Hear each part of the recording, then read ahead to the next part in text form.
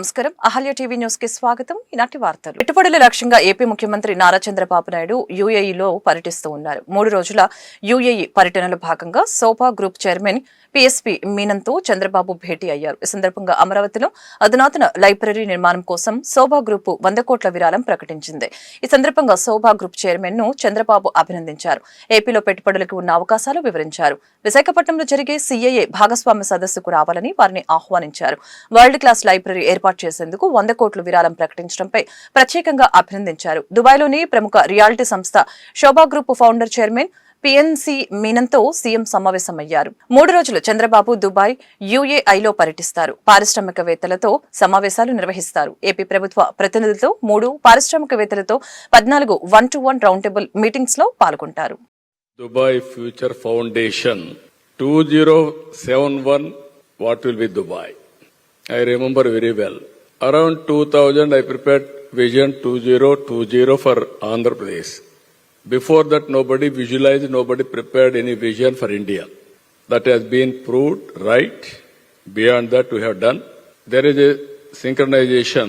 We are preparing Vikasit Bharat for the country, Swarna Andhra Pradesh for our state. That is 100 years of independence, 2047. These people are moving further 2071 because of UAE Foundation, Formation Day. Then I have seen their presentation also. Sometimes we are all imagining, visualization, sometimes innovation, continuous process. In Dubai, that is the beauty. This land is once desert. Today it is a heaven. All over the world, everybody wanted to come and settle here.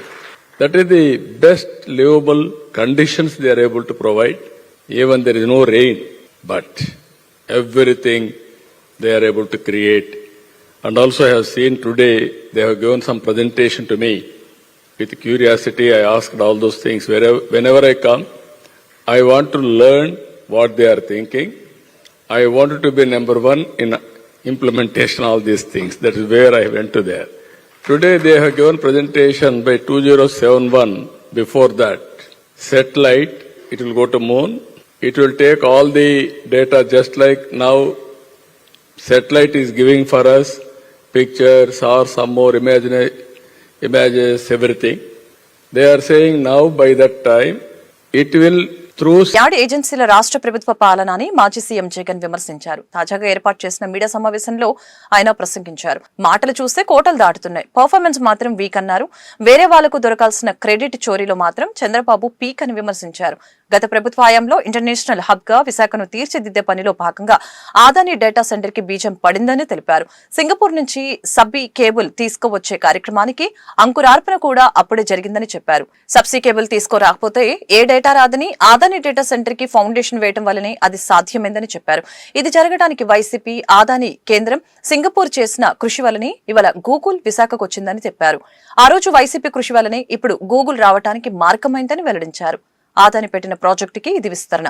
October 2022 నుంచి ఆదానికి Google కి business relationship ఉందని మాజీ CM YS Jagan తెలిపారు. ఈ నేపథ్యంలోనే విశాఖలో మే 2023లో foundation stone వేశామని చెప్పారు. Subsea cable కు అంకురార్పణ కూడా అప్పుడే జరిగిందని తెలిపారు. నిజంగా ఇలాంటి డేటా సెంటర్ను మన దేశానికి చెందిన అదాని లాంటి గొప్ప కంపెనీ కడుతుందని గొప్పగా గర్వంగా చెప్పుకోవాల్సింది పోయి నిజంగా చెప్పుకోవాలి కదా, 87,000 కోట్లు ఎవడు పెడతాడండి? $10 బిలియన్ తీసుకొచ్చి ఇక్కడ పెట్టి ఇంత కష్టపడి సింగపూర్ గవర్నమెంట్ నుంచి కేబుల్ తిప్పించి కేంద్ర ప్రభుత్వము, సింగపూర్ గవర్నమెంటు, వైఎస్ఆర్సీపీ గత ప్రభుత్వము 87,000 కోట్ల పెట్టుబడి ఇన్ని పెట్టిన తర్వాత గూగుల్ వస్తుంది. క్రెడిట్ అనేది ఎవరికి ఇవ్వాలా? కనీసం అదాని 87,000 కోట్లు పెడతా ఉన్నాడు, గూగుల్ని తెస్తా ఉన్నాడు, థ్యాంక్ యూ అని చెప్పినాడు. కనీసం చంద్రబాబు నాయుడు అనే వ్యక్తి క్రెడిట్ ఇచ్చినాడా? కనీసం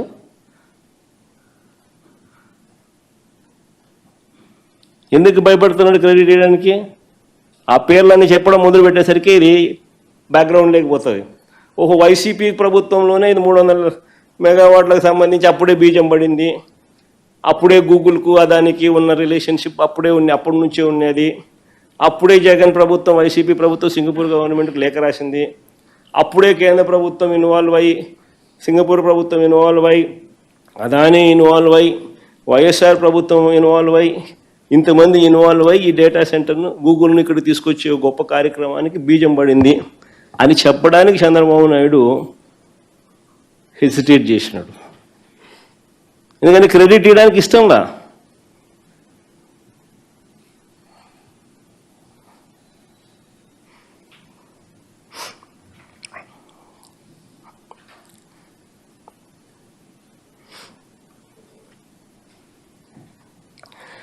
ఇక్కడ మరో కీలకమైన విషయం చెప్పాలి. ఇక్కడ వెరీ వెరీ ఇంపార్టెంట్ విషయం ఇది. ఈ డేటా సెంటర్లో అతి ముఖ్యమైన అంశం సముద్ర గర్భంలో వేస్తా ఉన్న కేబుల్. ఇది అతి ముఖ్యమైన విషయం. Subsea cable. సింగపూర్ విశాఖపట్నం 3,900 కిలోమీటర్లు. ఈ 3,900 కిలోమీటర్ల మేర వైజాగ్కు కేబుల్ వేయాలా? అదానీ డేటా సెంటర్ ఏర్పాటులో భాగంగా ఈ కేబుల్ తీసుకొని రావాలి. ఇందులో కేంద్ర ప్రభుత్వం, అప్పట్లో వైఎస్ఆర్సీపీ ప్రభుత్వం, సింగపూర్ ప్రభుత్వం వీళ్ళందరూ ఇన్వాల్వ్ అయి ఉంటేనే, గూగుల్ వీళ్ళందరూ ఇన్వాల్వ్ అయి ఉంటేనే ఈ రోజు కర్మను తప్పించుకోగలమేమో కానీ విద్యుత్ బిల్లులు మోతను తప్పించుకోలేమని మన బిడ్డలైన కట్టాల్సిందని వ్యాఖ్యానించారు. ₹1 వస్తును ఎవడో ₹3 కొని అవినీతికి పాల్పడితే వినియోగదారుడు ఎందుకు భారం మొయ్యాలి అని ప్రశ్నించారు. ఎస్పీడీసీఎల్లో అవినీతి వల్లనే విద్యుత్ ఛార్జీలు పెరుగుతున్నాయని మాజీ ఇంటెలిజెన్స్ డీజీ వెంకటేశ్వరరావు తెలిపారు. వైసీపీ పాలనలో అవినీతి జరిగిందని ఆరోపిస్తూ తిరుపతితో ఎస్పీడీసీఎల్ సీఎండీ శివశంకర్ కు ఆయన ఫిర్యాదు చేశారు. ఈ సందర్భంగా వైసీపీ పాలనలో విద్యుత్ సమస్యలపై ఘాటు వ్యాఖ్యలు చేశారు.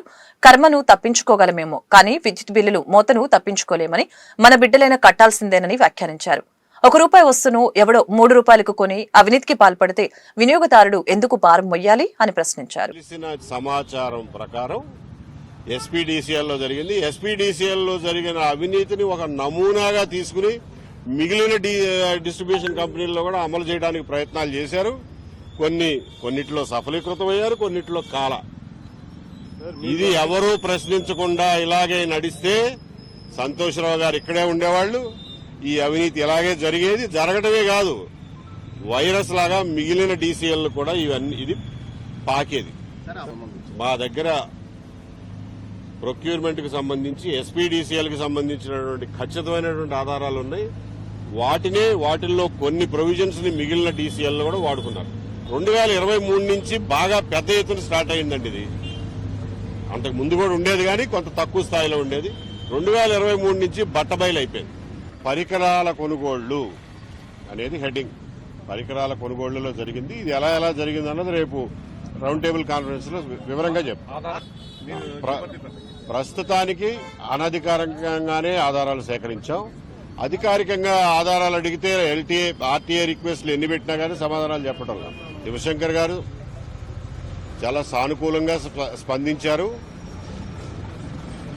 నేను కొత్తగా వచ్చాను కాబట్టి అన్ని పరిశీలించి మీరు చెప్పిన వాటి అన్నిటి మీద ఏమేమి చర్యలు తీసుకోగలనో అన్ని తీసుకుంటాను అని చెప్పారు. నకిలీ మద్యం గురించి ఏర్పాటు చేసిన ప్రెస్ మీట్ లో మాజీ ముఖ్యమంత్రి వైఎస్ జగన్మోహన్ రెడ్డి నందమూరి బాలకృష్ణపై సంచలన వ్యాఖ్యలు చేశారు. బాలకృష్ణ అసెంబ్లీలో ప్రవర్తించిన తీరును, ఆయన చేసిన వ్యాఖ్యలను తీవ్రంగా ఖండిస్తూ ఘాటు విమర్శలు గుప్పించారు. జగన్ మాట్లాడుతూ బాలకృష్ణ తాగి వచ్చి అసెంబ్లీలో మాట్లాడారు. తాగిన వ్యక్తిని అసెంబ్లీకి ఎలా అనుమతిచ్చారు అని ప్రశ్నించారు. బాలకృష్ణ చేసిన సంభాషణలు పనీపాట లేనివని, అసెంబ్లీలో మాట్లాడాల్సింది ఏంటి, ఆయన మాట్లాడింది ఏంటి అని నిలదీశారు. దీని ద్వారా బాలకృష్ణ మానసిక పరిస్థితి ఏంటో అర్థమవుతుందంటూ ఆయన ఆరోగ్య పరిస్థితిపై అనుమానాలు వ్యక్తం చేశారు. లేని కాన్వర్సేషన్ బాలకృష్ణ అనే వ్యక్తి తీసుకొచ్చాడు అసెంబ్లీలో.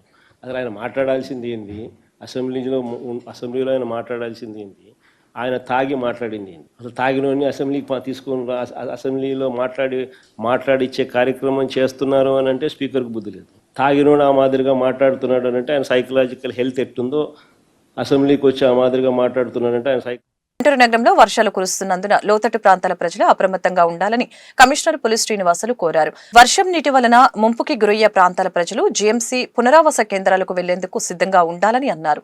శిథిలావస్థలో ఉన్న భవనాల్లో నివసించవద్దని సూచించారు.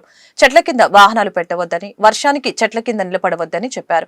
ఇప్పటికే వర్షాల వలన నగర ప్రజలు ఇబ్బందులు పడకుండా జీఎంసీ నుండి తీసుకోవాల్సిన చర్యలపై అధికారులతో టెలికాన్ఫరెన్స్ నిర్వహించామని చెప్పారు. నగర ప్రజలు వర్షం వలన ఏ సమస్య ఎదురైనా తక్షణమే జీఎంసీ కాల్ సెంటర్ 0863234510 తెలియజేస్తే తగిన చర్యలు తీసుకోవడానికి సిబ్బంది సిద్ధంగా ఉంటారని తెలిపారు. వైద్య విద్యను అందరికీ అందించాలనే సంకల్పంతో పెండింగ్ లో ఉన్న 10 ప్రభుత్వ మెడికల్ కళాశాలని పీపీపీ విధానంలో నిర్మించేందుకు కూటమి ప్రభుత్వం నిర్ణయించిందని గుంటూరు తూర్పు ఎమ్మెల్యే మహమ్మద్ నజీర్ తెలిపారు. పీపీపీ విధానంపై వైసీపీ అసత్య ప్రచారాలు చేస్తుందని మండిపడ్డారు. దేశవ్యాప్తంగా అనేక అభివృద్ధి కార్యక్రమాలు పీపీపీ విధానంలో కొనసాగుతున్నాయని గుర్తు చేశారు. టీడీపీ కేంద్ర కార్యాలయంలో గురువారం ఆయన మీడియాతో మాట్లాడారు. కల్తీ మద్యానికి కేర్ ఆఫ్ అడ్రస్ గా వైసీపీ నిలిచిందని ఆరోపించారు. నూతన మద్యం పాలసీ పేరుతో ఆనాటి వైసీపీ పెద్దలు దోపిడీ చేశారని విమర్శించారు. రాష్ట్రంలో వైద్య విద్యను వ్యాప్తి చేయాలనేటువంటి ఆలోచనతో ఎన్డీఏ ప్రభుత్వం చంద్రబాబు నాయుడు గారి నాయకత్వంలో కొత్తగా 10 మెడికల్ కాలేజీలను పీపీపీ పద్ధతిలో చేపట్టాలని చెప్పి నిర్ణయం తీసుకున్నటువంటి పరిస్థితులు. ముఖ్యంగా మనందరికి కూడా తెలుసు, పీపీపీ మోడ్లో అనేక కార్యక్రమాలు, దేశవ్యాప్తంగా అభివృద్ధి కార్యక్రమాలు ఏ విధంగా జరుగుతున్నాయో రాష్ట్ర ప్రజలందరికీ కూడా తెలిసినటువంటి వాస్తవం. ఈరోజు వైద్య విద్య అనేది మరింత విస్తృతంగా ప్రతి ఒక్కరికి కూడా అందాలనేటువంటి ఒక సంకల్పంతో పెండింగ్లో ఉన్నటువంటి 10 మెడికల్ కాలేజీలను పీపీపీ పద్ధతిలో చేపట్టాలనేటువంటి ఆలోచన చేసి దాదాపు రాబోయేటువంటి 2-3 సంవత్సరాల్లోనే 1750 మెడికల్ సీట్లను అందుబాటులో తీసుకొని వచ్చేటువంటి కార్యక్రమాన్ని ఈరోజు ఎన్డీఏ ప్రభుత్వం చేపట్టినటువంటి పరిస్థితులు. అందులో ముఖ్యంగా 220 సీట్లు మనకి రాబోయేటువంటి 2 సంవత్సరాల్లో పెరిగి 110 సీట్లు కన్వీనర్ కోటాలో మెరిట్ స్టూడెంట్స్కి అందించేటువంటి పరిస్థితులు ఉన్నాయి. ఎస్సీ, ఎస్టీ, బీసీ, మైనారిటీలకు సంబంధించినటువంటి వైద్య విద్య కావాలనుకునేటువంటి వాళ్ళందరికీ కూడా వాళ్ళ రిజర్వేషన్ పద్ధతిలోనే అందించేటువంటి ప్రక్రియతో ఈ పీపీపీ మోడ్ను ఆహ్వానించడం జరిగింది. ఈరోజు పీపీపీ విధానంలో వైద్య కళాశాలలు ఏర్పాటు చేయడంతో ముఖ్యంగా ప్రభుత్వమే దీంట్లో కళాశాల కానీ ఆసుపత్రులు కానీ నడిపించేటువంటి విధానంతో పాటు కేవలం వాటి మెయింటెనెన్స్ను అలాగే దాన్ని కావాల్సినటువంటి మౌలిక వసతులను అభివృద్ధి చేసేటువంటి కార్యక్రమాన్ని ప్రైవేట్కి అప్పచెప్పేటువంటి పరిస్థితులు ఉన్నాయి. కానీ మనందరికి కూడా తెలుసు, విధ్వంసానికి మారుపేరుగా ఉన్నటువంటి వైసీపీ పార్టీ జగన్మోహన్ రెడ్డి గారి నాయకత్వంలో ఈరోజు ఏ విధంగా దుష్ప్రచారం చేస్తూ ఉన్నారో మీ అందరం కూడా చూస్తూ ఉన్నాం. ప్రైవేట్ సంస్థలకు శాశ్వతంగా భూమి ఇస్తారని చెప్పి అబద్ధాలు మాట్లాడుతున్నటువంటి పరిస్థితులు ఉన్నాయి. ఈరోజు జియోఎంఎస్ నెంబర్ 5 గుంటూరు నగరపాలక సంస్థ కౌన్సిల్ అత్యవసర సమావేశంలో నార్ల వెంకటేశ్వరరావు ఆడిటోరియంపై రగడ నెలకొంది. ఒకానొక దశలో నగర డిప్యూటీ మేయర్ డైమండ్ బాబు, నగర కమిషనర్ పోలీస్ శ్రీనివాసుల మధ్య తీవ్ర వాగ్వాదం చోటు చేసుకుంది. ఈ క్రమంలో కమిషనర్ డైమండ్ బాబుపై సీరియస్ అయ్యారు. ఎగస్ట్రాలు మాట్లాడొద్దని, టంగ్ అదుపులో పెట్టుకోవాలని తనదైన శైలిలో వార్నింగ్ ఇచ్చారు. దీంతో సభలో గందరగోళం నెలకొంది. కమిషనర్ వ్యాఖ్యలపై డైమండ్ బాబు అభ్యంతరం వ్యక్తం చేశారు. రికార్డైన వ్యాఖ్యలు తనకివ్వాలని డిమాండ్ చేశారు. అందుకు మేయర్ కోవెలముడి రవీంద్ర అంగీకరించారు.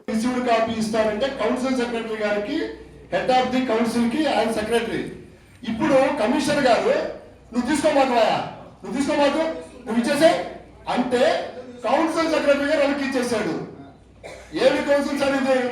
మేయర్ గారు వినండి ఒక నిమిషం. మేయర్ గారు కమిషనర్ గారు లేచి మీకు చెప్తున్నారు కూర్చోమని చెప్పి చెప్పండి అని. మీరు కూర్చోమని ఆయన చెప్తా ఉన్నాడు. అంటే మీరు మేయరా లేకపోతే కమిషనర్ గారు మేయరా? అంటే ఆయన 3 పాత్రలు పోషిస్తా ఉన్నారు.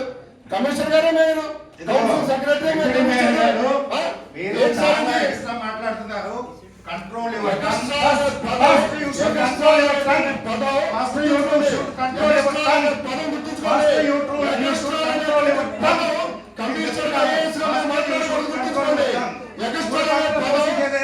సబ్జెక్ట్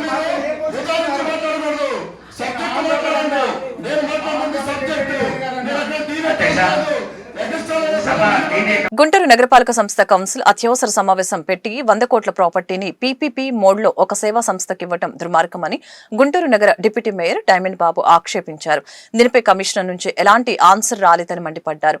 దీని గురించి ప్రశ్నిస్తే కమిషనర్ దురుసుగా మాట్లాడారని ఆరోపించారు. ఆయన మాట్లాడిన భాషను చూస్తే ఆశ్చర్యం వేసిందని చెప్పారు.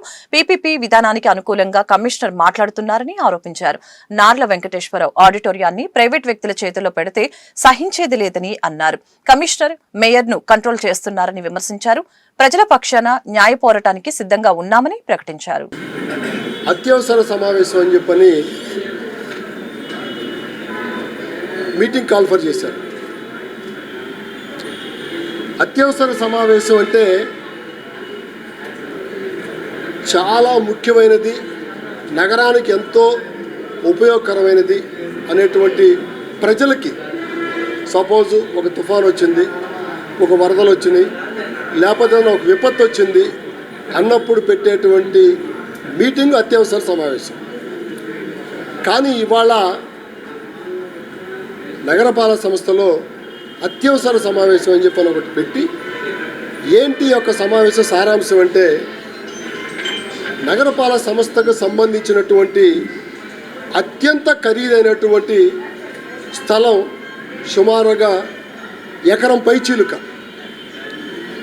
పైచిలుక స్థలము, దాని ఖరీదు గుంటూరు నగరంలో నడిబొడ్డులో ఉంది. దాని యొక్క ఖరీదు సుమారుగా 100 కోట్ల రూపాయల ప్రాపర్టీ. 100 కోట్ల రూపాయల ప్రాపర్టీని నగరపాలక సంస్థ గతంలో ఒక ఆడిటోరియానికి కొంత మేరకు నిధులు సమకూర్చి సుమారుగా ఒక దశ దాకా దాన్ని తీసుకొచ్చినటువంటి పరిస్థితి. ఆ నిర్మాణం అయిపోయిన తర్వాత దానికి ఎంత ఖర్చు అవుతుంది అని అంటే సుమారుగా ఇంకొక 6 కోట్లు ఖర్చు అవుతుందని చెప్పి చెప్తా ఉన్నారు. 6 కోట్ల రూపాయలు నగరపాలక సంస్థ ఖర్చు పెట్టలేనటువంటి పరిస్థితుల్లో ఉందా అని చెప్పి మేము మాట్లాడుతూ ఉన్నాం. Point number 1. పాయింట్ నెంబర్ 2, ఎవరో ఒక సేవా సంస్థ మేము దాన్ని మాకు లీజుకి ఇవ్వండి, ఒక 25 సంవత్సరాలు లీజుకి ఇస్తే మేము దాన్ని 25 సంవత్సరాలు మెయింటైన్ చేస్తాము, మీరు యాజ్ ఇట్ ఈజ్గా మాకు అప్పచెప్పేస్తే మేము రిమైనింగ్ బ్యాలెన్స్ అమౌంట్ ఎంతైతే ఉందో 6 కోట్ల రూపాయలు మేము కడతామని చెప్పి చెబుతూ ఉంటే, ఇవాళ నగరపాలక సంస్థలో ఉన్నటువంటి అధికారులు, కమిషనర్ గారు ఈ నగరాన్ని ఏమి చేయదలుచుకున్నాడని చెప్పి నేను అడుగుతా ఉన్నా సభాముఖంగా. నేను ఒక డిప్యూటీ మేయర్ హోదాలో ఉన్నాను, ఒక గౌరవ సభ్యుడిగా నేను ఇవాళ నగరపాలక సంస్థ కమిషనర్ గారిని, మేయర్ గారిని, కౌన్సిల్ సెక్రటరీని మీరు ఉన్న పళంగా తీసుకొచ్చి ఈరోజు ఒక అతి ముఖ్యమైనటువంటి సమావేశం అని చెప్పి పెట్టి 100 కోట్ల రూపాయల ప్రాపర్టీని 6 కోట్ల మాత్రమే పెట్టుబడి పెడితే కంప్లీట్ అయ్యేటువంటి ఒక ఆడిటోరియాన్ని మీరు తీసుకొచ్చి ఎవరికో ఇస్తామని చెప్పి చెప్తా ఉన్నారు. ఇది ఎంతవరకు సమంజసం అని నేను అడుగుతా ఉన్నాను. గుంటూరు అభివృద్ధి, ప్రజా సంక్షేమం విషయంలో రాజీ పడే ప్రసక్తి లేదని గుంటూరు నగర మేయర్ కోవెలమూడి రవీంద్ర స్పష్టం చేశారు. అభివృద్ధి పనులు పారదర్శకంగా జరగాలని అన్నారు. కార్పొరేషన్ అధికారుల అత్యుత్సాహం మానుకోవాలని అన్నారు. ప్రజల ప్రయోజనాలని దృష్టిలో ఉంచుకొని ప్రగతి పనులు సజావుగా జరిగేలాగా చూడాలని అన్నారు. ప్రతి ఇంటికి సురక్షితమైన త్రాగునీరు అందించాలని సూచించారు. అలాగనే ప్రజాప్రతినిధులు, కార్పొరేటర్లు అడిగే ప్రశ్నలకు సరియైన సమాధానాలు ఇవ్వాలని అన్నారు. ఇప్పుడు లాస్ట్ సీజన్లో చూసాం, ప్రగతి నగర్ చూసాం, వాటర్ కంటామినేషన్ చాలా మంది మాట్లాడారు. కొన్ని హెల్త్ ఇష్యూస్ వచ్చినాయి. గవర్నమెంట్ హాస్పిటల్ 85 మంది సుమారు పేషెంట్లు డయాలసిస్ చేయాలని చెప్తారు, కలరా అని చెప్తారు, రకరకాల సోషల్ మీడియాలో రోల్ అయింది. మనం కూడా ఏంటంటే డ్రైనేజ్ సిస్టమ్, డ్రింకింగ్ వాటర్ మీద కన్సర్న్ ఎమ్మెల్యేస్ని ఎక్కడెక్కడ రిజర్వాయర్స్ కావాలి, ఎక్కడెక్కడ న్యూ వాటర్ ట్యాంక్స్ కావాలి, మీరు ఈ ప్రపోజల్ నెక్స్ట్ కౌన్సిల్లో పెట్టాలని చెప్పి దయచేసి కన్సర్న్ ఎస్సీ గారిని కోరుతున్నాను. తప్పకుండా ఎట్టి పరిస్థితుల్లో drinking water and drainage system మీద ఒక ప్రణాళికబద్ధంగా లేకపోతే రానున్న కాలంలో గుంటూరు మళ్ళా చాలా ఇబ్బందులు జరుగుతాయి. అట్లాగే ఇప్పుడు 2 minutes లక్ష్మీపురం మెయిన్ రోడ్ మనం పగలగొడుతున్నాం, అది సిఎన్డి వేస్ట్ అభివృద్ధి. మళ్ళీ ఆ కాలంలో కాదు, అక్కడ ఒక జడ్జి గారు ఉన్నాడు మెయిన్ రోడ్ మీద, ప్రజెంట్ ఆంధ్రప్రదేశ్ హైకోర్టు. ఆయన ఇంటి ముందు పగలగొట్టారు. ఆయన ఒక రోజు ఫోన్ చేసి ఏమైనా అని ఇప్పుడు ఏంటి పరిస్థితి, ఎప్పుడు అవుతుంది ఏంటని అడుగుతున్నారు. మీరు పగలగొట్టే ముందు అసలు ఏ విధంగా అనుమతులు తీసుకుని పగలగొడుతున్నారు, ఎవరికైనా ఇమీడియట్గా వర్క్ ఇస్తారు, ఈ తెలుసుకున్నారా, ఆ వర్క్ ఎప్పుడులో కంప్లీట్ చేస్తారు, ప్రజలకి అసౌకర్యం కలగకుండా మనం ఎంత తొందరగా పూర్తి చేయగలం. మీరు ఏమీ ఎన్ని చూడకుండా ఎస్సీ గారు గబగబా పగలు కొడతాడు, అది వచ్చిన తర్వాత అక్కడ సీఎంటీ తీసేవాడు ఉన్నాడు. ఈలోపు రోజు వర్షాలకి ఈ ఉన్న మీరు పగలు కొట్టిన బట్టి ఉన్న డ్రైన్లో పోతుంది, ఆ డ్రైన్లో మొత్తం పోయి ఇటు పక్క నుంచి వాటర్ కదలకుండా ఉంటుంది. చాలా ఇబ్బందులు ప్రజలు ఫేస్ చేస్తున్నారు. సౌండ్ అటు ఇటు గెలవగా మైక్ ఉంటే ఆపండి దయచేసి. మీరు ఎన్ని కన్సల్ట్ ఇంజనీరింగ్ డిపార్ట్మెంట్ సరిగ్గా మీరు ఎట్టి పరిస్థితుల్లోనూ దీని మీద యాక్షన్ ప్రణాళిక క్లియర్గా ఉండాలి. అంతేగాని మొన్న ఐటీసీ బాగా పెట్టారు. ఐటీసీ వాళ్ళు ఏమన్నారు, మేము హైయెస్ట్ ట్యాక్స్ పేయర్స్ అండి, మా గేట్ ముందు లోపలికి వచ్చే పగలు కొట్టారు, మేము ఎట్లా వెళ్ళాలా? అట్లీస్ట్ మీరు డ్రైన్ అంతా పగలు కొట్టారు, మా వెహికల్ కార్ లోపలికి వెళ్ళాలా లేదా అని అడిగారు. మీరు ఎస్సీ గారు ఇన్స్పెక్ట్ చేయండి మార్నింగ్. ఎవరు ఎమ్మెల్యే గారు వెస్ట్ దాని ముందు ఉంది, ఐటీసీ బోర్డు ఉంది, ట్రిబ్యాక్ బోర్డు పక్కన వాళ్ళ ఎంట్రీ లేదు, తీసేశారు. పక్కన ఒకటి ఒక షాప్ ఉంది, ఆ షాప్ వాటికి మాత్రం హ్యాపీగా పెట్టుకుంటున్నారు, షట్టర్ గెట్లు పెట్టుకుంది. చాలా ఎట్లా ఉందంటే నేను మాట్లాడితే మాట్లాడినట్టుగా ఉంటుంది. మీరు ఏం చేస్తున్నారో అర్థం కావట్లేదు. మీరు దయచేసి ప్రజలకు ఎక్కడా కూడా అసౌకర్యం కలగకుండా జాగ్రత్త చేస్తారు సార్. ఏ విషయాన్ని కూడా కూలకషంగా ఆలోచించేస్తారు. మీరు ఎట్లా చేయాలని ఆలోచన లేకుండా మాత్రం దయచేసి చేయొద్దు. మీరు అట్లాగే గుంటూరు నగరపాలక సంస్థ పరిధిలోని 3 నియోజకవర్గాల్లో అదనంగా త్రాగునీటి రిజర్వాయర్లను నిర్మించాలని ఎమ్మెల్యేలు బూర్ల రామాంజనేయులు, మహమ్మద్ నజీర్, గల్లా మాధవి అత్యవసర కౌన్సిల్ సమావేశం దృష్టికి తీసుకువచ్చారు. అభివృద్ధి పనుల్ని నిర్దేశిత సమయంలోనే పూర్తి చేయాలని అన్నారు. కాంట్రాక్టర్ల బిల్లులు సకాలంలో చెల్లించాలని అన్నారు. అలాగనే కార్పొరేషన్ ఖర్చు పెట్టే వివరాలు చెప్పాలని డిమాండ్ చేశారు. మెప్మా మార్కెట్ విషయంలో స్పష్టత ఇవ్వాలని అన్నారు. అయితే ఈ ఎక్స్పెండిచర్ విషయంలో మాత్రం ఎక్కడా కూడా ఒక స్పష్టత కానీ క్లారిటీ కానీ మనకు కనిపించదు. ఈరోజు ఈ యుద్ధ ప్రాతిపదికన ఈరోజు పెట్టుకొని 6 అంశాల్లో కూడా మనకు మొక్కలకి ఒక 55 లక్షలు అన్నారు. లేదంటే ఇప్పుడు గౌరవ ఎమ్మెల్యే గారు సభ్యులు గారు మాట్లాడిన దాని ప్రకారం 80 లక్షలు దీన్ని ట్యాంక్ ఫిల్ చేసుకోవడానికి కంప్లీట్ చేసుకోవడానికి 10% వర్కులకు అంటున్నారు. అదేవిధంగా కొన్ని బిల్లు అంటే డీసిల్టేషన్ చేస్తూ మేము బిల్ వాళ్ళు సరిగ్గా వర్క్స్ చేయలేదు కాబట్టి మేము బిల్స్ ఇవ్వడం లేదు అని చెప్పి గత కౌన్సిల్లో గౌరవ కమిషనర్ గారు కూడా చెప్పడం జరిగింది. ఇలా బిల్స్ విషయంలో కానివ్వండి, ఫస్ట్ కమ్ ఫస్ట్ సర్వీస్ లాగా కూడా ఎక్కడ ఏ వర్క్ కూడా కొండ మీద 80 లక్షల రూపాయలు దాని మీద ప్రతిపాదన వచ్చింది. అది నోవే రిలేటెడ్ టు దిస్ టాపిక్. కానీ ఇప్పుడు గుంటూరు ఈస్ట్ కి సంబంధించి ఆల్మోస్ట్ తక్కిలపాడు వాటర్ ప్లాంట్ నుంచి సిటీలో అన్ని చోట్ల కూడా వాటర్ పంపించడం జరుగుతూ ఉంది. ఈ 120 MLD ఇప్పుడు ఈ రోజు మనకు వస్తుంది అనేటువంటి అంచనా చెప్తా ఉన్నారు. దాంట్లో కొత్తగా మనం కొన్ని స్కీమ్స్ వస్తా ఉన్నాయి. ULD కానీ, అలాగే అమృత్ 2.0 కానీ, లేకపోతే స్టేట్ గవర్నమెంట్ స్టేట్ కానీ, ఇవన్నీ తీసుకున్నప్పుడు తప్పకుండా గుంటూరు తూర్పు నియోజకవర్గంలో 4-5 చోట్ల రిజర్వాయర్స్ అవసరం ఉంది. కాబట్టి వచ్చేటువంటి ప్రతి ఒక్క ప్లాన్ లో కూడా, ప్రతి ఒక్క అలొకేషన్ లో కూడా తప్పకుండా గుంటూరు ఈస్ట్ లో కొన్ని కాలనీస్ లో రిజర్వాయర్స్ లేకపోవడంతో ఇబ్బంది అవుతా ఉంది. ఓవర్ కెపాసిటీ ఎక్కడి నుంచి పంపింగ్ చేసేటప్పుడు విజయవాడ ఉండవల్లి నుంచి పంపింగ్ అయ్యేటువంటి వాటర్ ఎక్కువ ఉన్నప్పుడు కూడా ఇక్కడ మన దగ్గర కెపాసిటీ లేకపోవడంతో, ఫిల్టరేషన్ ప్లాంట్స్ లేకపోవడంతో, రిజర్వాయర్స్ ఎనఫ్ కెపాసిటీ లేకపోవడంతో ఎక్సెస్ వాటర్ అంతా కూడా అవుట్ఫ్లో అక్కడ ఇదవుతుంది.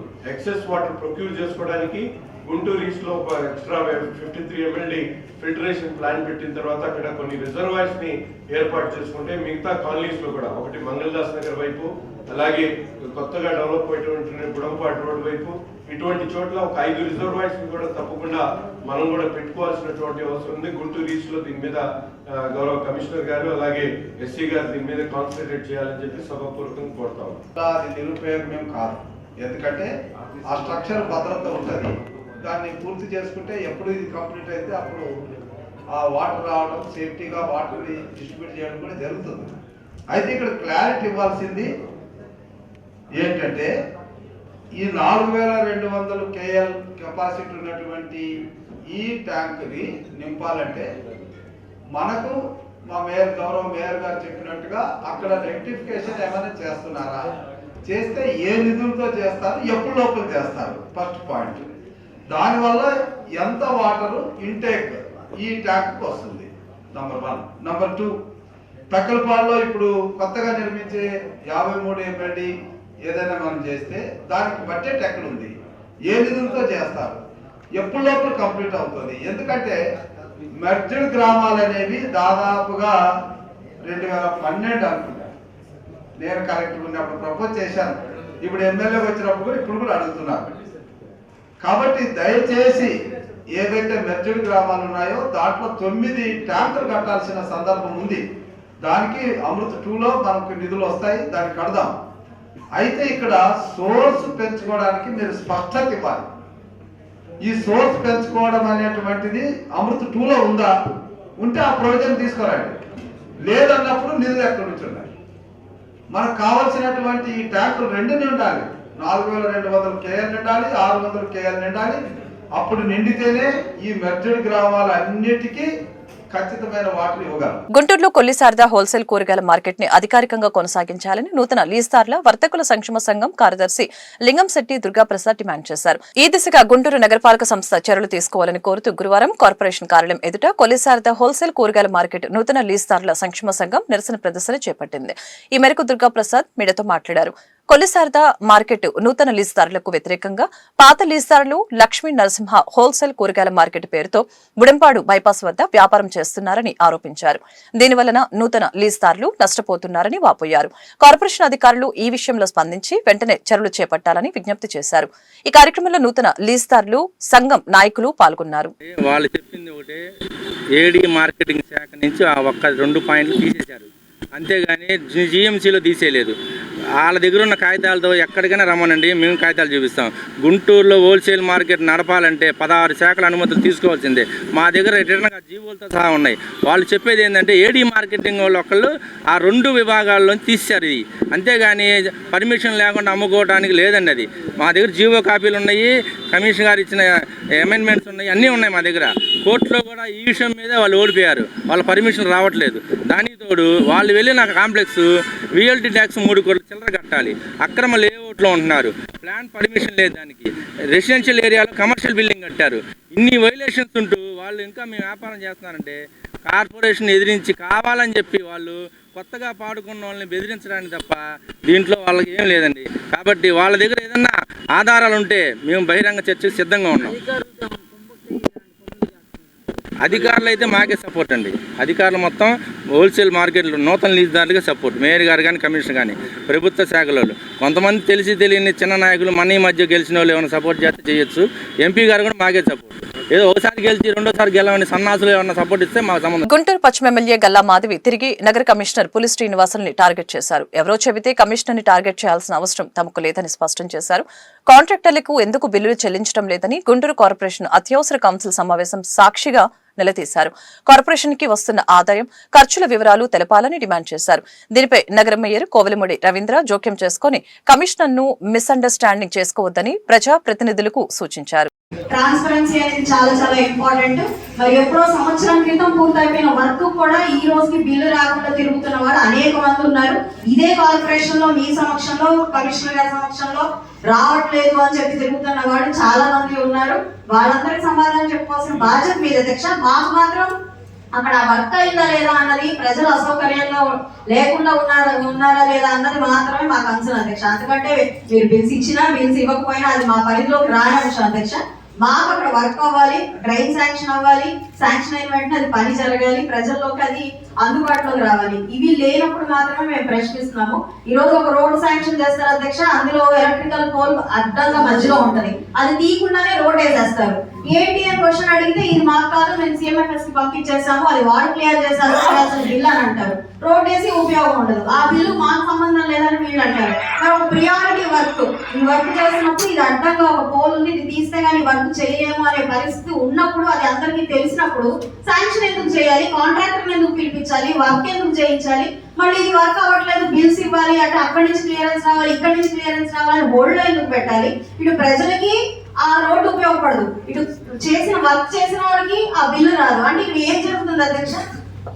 అదేదో మేము ఎవరో ఏదో పుకారు సృష్టిస్తే మాట్లాడుతున్నాం అనే ఒక మాట నేను తీవ్రంగా ఈ కౌన్సిల్ లో ఖండిస్తున్నాను అధ్యక్ష.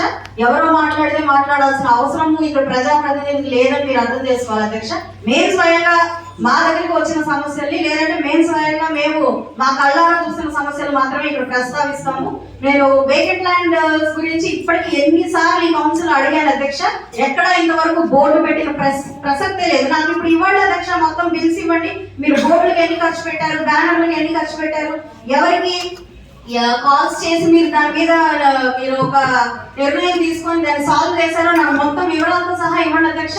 మరి అదేమో మనకి ఆన్సర్ 0 అధ్యక్ష. 100 కోట్ల రూపాయలు విఎల్టీ మనం వాళ్ళకి కలెక్ట్ చేయాల్సిన అవసరం మనకు ఉంది అధ్యక్ష. ఈ కార్పొరేషన్ నుంచి ఎంత కలెక్ట్ చేశారు అధ్యక్ష?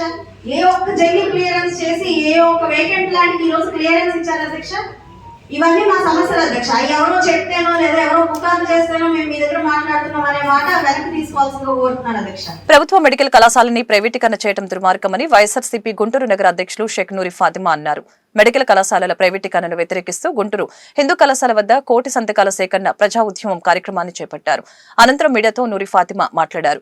సీఎం చంద్రబాబుకు పేద విద్యార్థులు వైద్య విద్య అభ్యసించడం ఇష్టం లేదా అని ప్రశ్నించారు. మాజీ ముఖ్యమంత్రి వైఎస్ జగన్మోహన్ రెడ్డి ఎంతో ముందు చూపుతో 17 మెడికల్ కళాశాలలు తీసుకుని రావడం జరిగిందని చెప్పారు. కార్యక్రమంలో వైఎస్ఆర్సీపీ విద్యార్థి విభాగం జిల్లా అధ్యక్షులు సిహెచ్ వినోద్ కుమార్, నాయకులు, విద్యార్థులు పెద్ద సంఖ్యలో పాల్గొన్నారు. ఈరోజు గుంటూరు తూర్పు నియోజకవర్గంలో డిస్ట్రిక్ట్ స్టూడెంట్ వింగ్ ఆధ్వర్యంలో వినోద్ ఆధ్వర్యంలో ఈరోజు హిందూ కాలేజ్ దగ్గర ప్రైవేటీకరణ చేస్తున్న మరి మెడికల్ కాలేజీని ఆపడానికి సంతకాల సేకరణ కార్యక్రమం చేపడుతూ ఉన్నాము. నిజంగానే చాలా సంతోషంగా ఉంది. ఈ కార్యక్రమం ఎవరు డిజైన్ చేశారో కానీ నిజంగా ప్రజల కోసం, వాళ్ళ భవిష్యత్తు కోసం జగన్మోహన్ రెడ్డి గారు అడుగు వేస్తే ఆ అడుగుకి మేము ఉంటాము అని చెప్పి భరోసా ప్రజలు ఇస్తుంటే చూస్తుంటేనే నిజంగా చాలా సంతోషం వేస్తుంది. ఎందుకంటే మెడికల్ కాలేజీలు కట్టిందే ప్రజల కోసం, పేద విద్యార్థుల కోసం, పేదవాళ్ళ కోసం, వాళ్ళ భవిష్యత్తు కోసం, వాళ్ళకి మంచి భవిష్యత్తు ఉండాలి అంటే ఈ రాష్ట్రంలో ఈ కూటమి ప్రభుత్వం చేస్తున్న అరాచకాలని ఆపాలంటే సంతకంతోనే అయ్యిద్ది అని చెప్పి ప్రజలందరూ నమ్ముతున్నారు. గ్రౌండ్ లెవెల్ దాకా అది రీచ్ అయింది. ఈరోజు మేము స్టూడెంట్స్ని వాళ్ళతో ఇంటరాక్ట్ అయితే వాళ్ళు మా భవిష్యత్తుని ఏదో ప్రభుత్వం వచ్చి ఏదో కూటమి ప్రభుత్వం వచ్చి లాక్కుంటారంటే మేము ఎలా ఒప్పుకుంటామని చెప్పి వాళ్ళు చెప్పటం నిజంగానే మాకు ఒక పాజిటివ్ వైబ్గా ఈ రాష్ట్రానికి రానున్న రోజుల్లో జగన్మోహన్ రెడ్డి గారు 2029లో రావటం ఘంటాప్రదంగా నిజంగానే వాళ్ళందరూ భవిష్యత్తు గురించి జగన్మోహన్ రెడ్డి గారు ఆలోచన చేస్తున్నారని చెప్పి వాళ్ళు కూడా ఆలోచించడం చాలా సంతోషంగా ఉంది. అలాగే ఈ కూటమి ప్రభుత్వాన్ని ఇప్పుడైనా మేము ఒకటే చెప్తున్నాం, మారండి. ఇప్పటికైనా కోటి సంతకాల సేకరణ చేయలేము అనుకున్నది ఈరోజు చేసి చూపిస్తున్నాం.